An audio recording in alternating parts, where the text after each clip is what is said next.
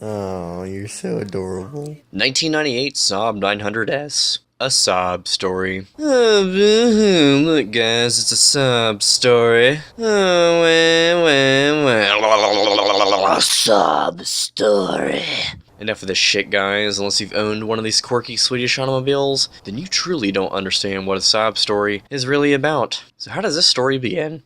Oh yes, that's right. Yes, it begins with the old joke that one person says to a Saab owner, should have had a Volvo. Well, you did have a Volvo, but after a duel with Bambi resulting in the destruction of your IKEA pet brick, a new means of transportation was priority number one. So you call up one of your favorite uncles, a car guru and fellow Saab enthusiast, in search of a new daily driver for the Lolo. Several days pass, and finally, a new candidate appears on my smartphone's screen, and the image of the next potential vehicle to exist in my universe was that of a 1998 Saab 900S, finished in the color of champagne gold. Its owner stated it ran and drove well, needed some minor work, and had good tires, all for around the same price as a GoPro Hero 5, just, without accessories. Hold up. A fully working, drivable car with Swedish engineering for less than the price of a small action camcorder sold at Best Buy, used as a means for a conversation starter, resulting in obscure questioning like, what you gonna do with that thing? Oh, I'll show you what I'm gonna do with it, dear.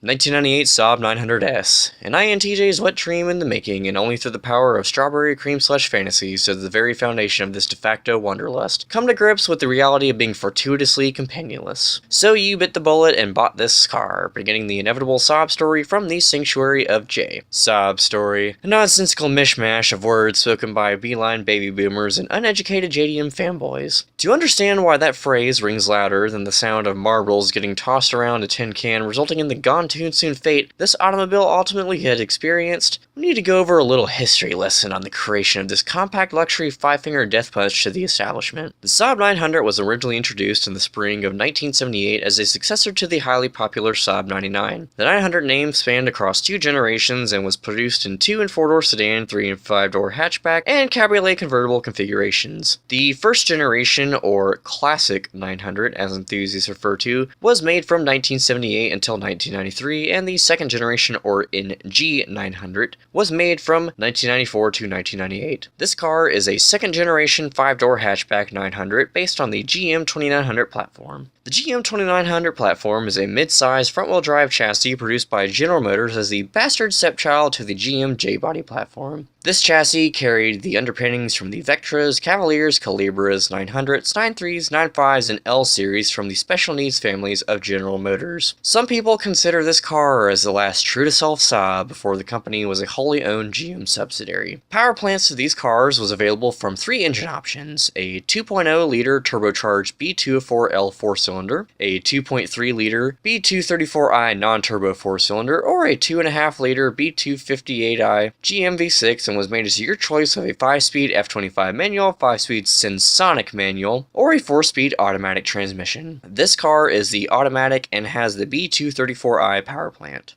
The B234i is a cast iron block and aluminum head naturally aspirated dual overhead cam 4 valves per cylinder timing chain powered fun box producing 150 horsepower and 150 foot-pounds of torque from the Motronic engine management system with distributor ignition. Motronic, Sensonic, Trionic, Eco-Power. All of these words are coined by Svenska Aeroplan Aktiebolaget, and somehow bear some uncanny resemblance to the nomenclature of machines with wings. Whatever stuff those Saab engineers were smoking, pass it on over here. When you begin your descent into the wonderfully bizarre universe of Swedish engineering combined with the overseeing of Detroit, Michigan, you begin to realize that some things in life only come into perspective after slowly separating your Labian orifices from the nicotine-wrapped dopamine fantasy factory, and upon sitting and driving in this car, you suddenly understand how it all sequences down to a middle finger demonstration against all things conventional. Yes, conventional. Just like the type of dinosaur juice that Saab told its customers to use to fuel and lubricate the inner workings of a Sledge Pro motor that should have had synthetics in it from the very beginning. Yep, Saab told its owners they could use whatever oil for whatever conditions they live in, and with the aid of unknowledgeable operators and extremely poor engine exhaust design, these cars suffered an inconceivable fate, resulting in an abundance of parts cars at the local pull-apart. So what exactly is the issue here? Well, for starters, let's talk about the engine layout. Front engine, transverse, front-wheel drive, as common as riced-out Civics on the buy-sell trade groups on Facebook. The intake runs up the passenger side, up and into the plana mounted on the firewall side of the motor. Some magic happens in the middle, and boom, exhaust gases exit the front side of the motor, pipes run up and under the engine, and exits the rear end. Again, common for many Japanese cars. Oh, but wait, the catalytic converter. Yes, let's just place that right under the fucking oil pan. Oh yeah, let's just let that 800-degree welded NOx collector do nothing but sit there and percolate the ground-up remains of a fellaciosaurus. Oh yeah, once that's over with, that mesh pickup screen's gonna be so caked up with deposits that it put Fudgy the Whale to shame. I mean, even from a non-engineering perspective, just what in the actual fuck was Saab thinking? How did this even get past the R&D phase without somebody not seeing how this could lead to future disasters down the road? Saab Story. You know, those words could have some other ulterior motive to this essay, but no, it just happens to be a truthfully tragic statement. This whole engineering shitstorm could have been easily prevented if, I don't know, they moved the cap further downstream. But hey, enough of that negativity. Let's shine a floodlight onto some of that quirky Swedish engineering, eh? Let's start with the interior, shall we? One glance at the dash, and immediately you can tell this is a driver's car. The fog light switches, the easy labeled radio controls, the ergonomically designed air vents, the Saab information display, or SID. I mean, it's all right there at your disposal. The seats are simplistically designed, but extremely comfortable, almost even Volvo seats comfortable. Very peculiar.